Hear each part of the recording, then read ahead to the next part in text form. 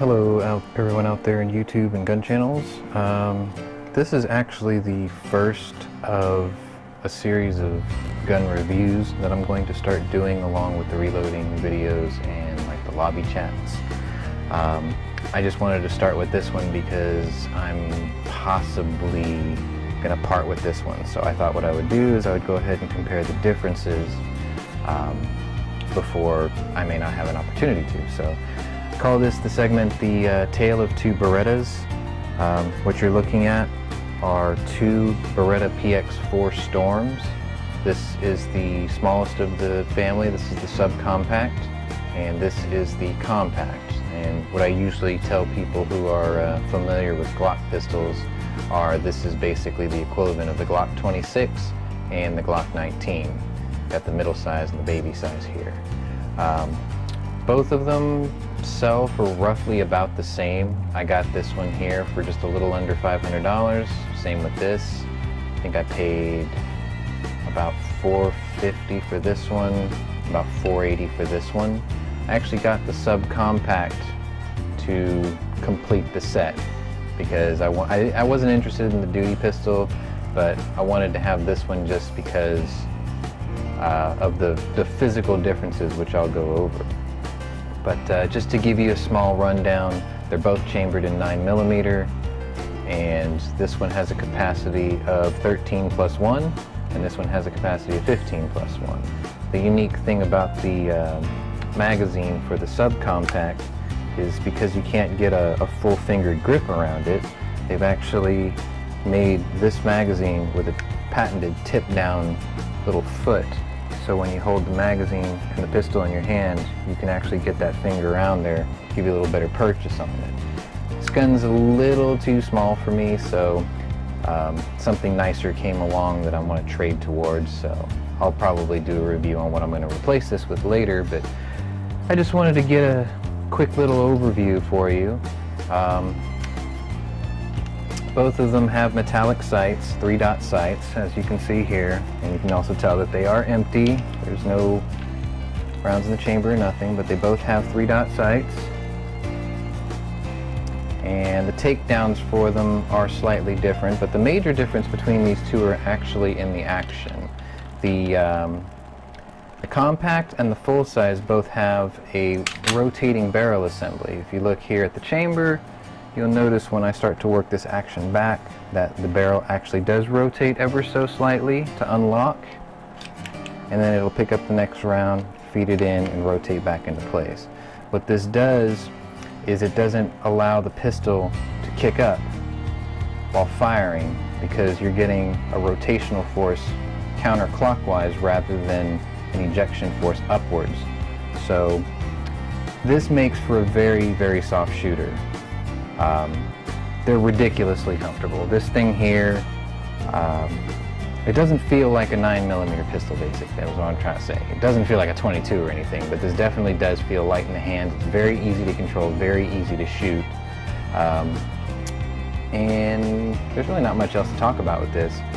With the subcompact, however, I guess due to the physical constraints of having a shorter barrel, as you can see here, it does use a traditional tip-up Browning style action. So this one does tend to kick up a little bit, and because it has a much shorter barrel, it does actually recoil a little bit harder in the hand.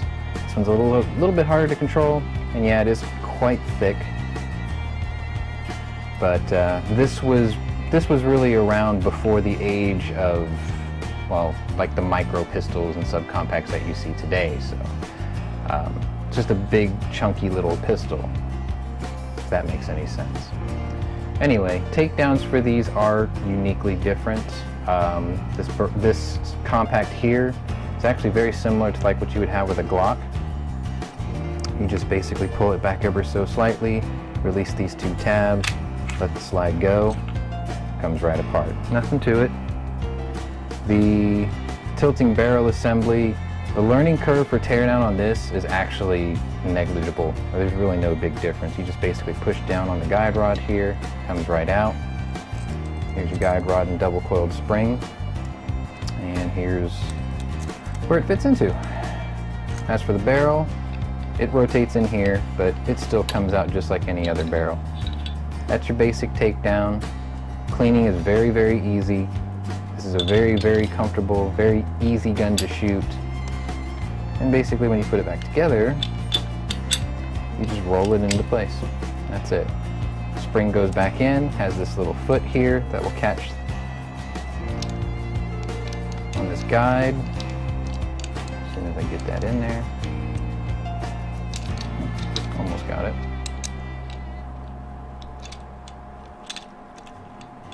Just a sec. I had it unlocked.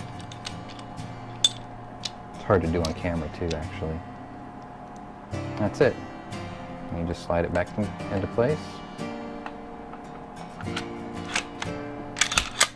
Back in business. Nothing to it. The safety on this is not I believe a Model G, where it's just a decocker only, so when you flip down the safety, it decocks the hammer, disables the trigger. Nothing to it. This will fire without a magazine in there. There is no magazine safety, so if that's what you're into, then more power to you. This is double action and single action. And trying to see if I'm missing anything here. No, I think that's really it for this. I mean, there's really not a whole lot to these. It's got an ambi slide release, ambi safeties. It's left-handed friendly. I'm a right-handed shooter, so it's really irrelevant to me. It does have a rail here. I do use a light for this most of the time. I carry this gun to work in warmer weather, but nighttime, nightstand, whatever, I put a tack light on here. It's not very overly heavy with it on there. It's pretty decent. It's well balanced. Takedown for the subcompact is slightly different. What you want to do is you want to flip down this little flag here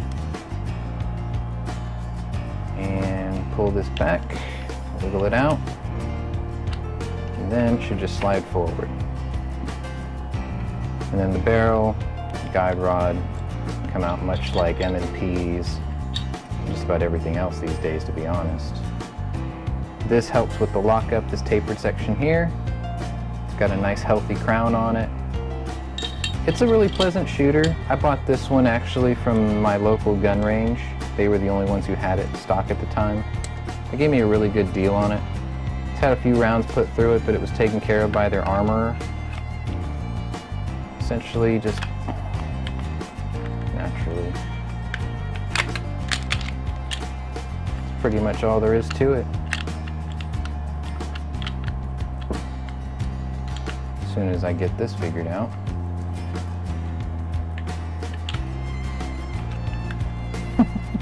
Always happens when you're on camera, isn't it? There we go. Just a tight fit. And you flip it up. Back in business. Again, this is double or single action. Some people prefer it. I actually prefer it. I prefer the hammer-fired pistols over the strikered ones. And again, this is a non-G safety, so it's a decocker and safety, trigger deactivated. This will also fire without the magazine in there. I do prefer that, to be honest.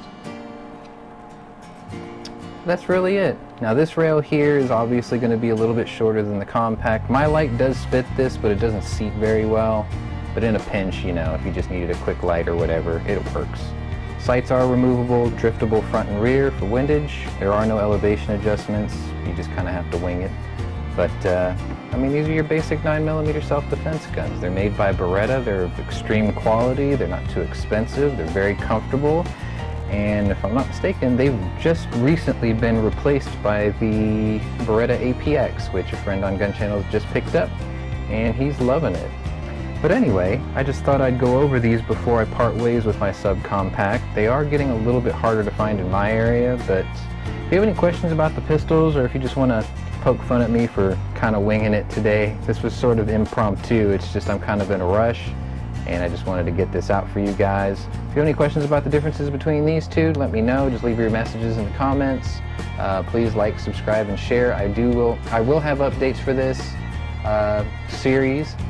Probably go on to a revolver next, but I've got some milsurps, revolvers, some long guns I'll show off with you. and we'll be getting into other reloading videos. I'd also like to invite you to come out and join Gun Channels. It's gunchannels.com. It's a free to join service. There's daily chats, lobbies, shows.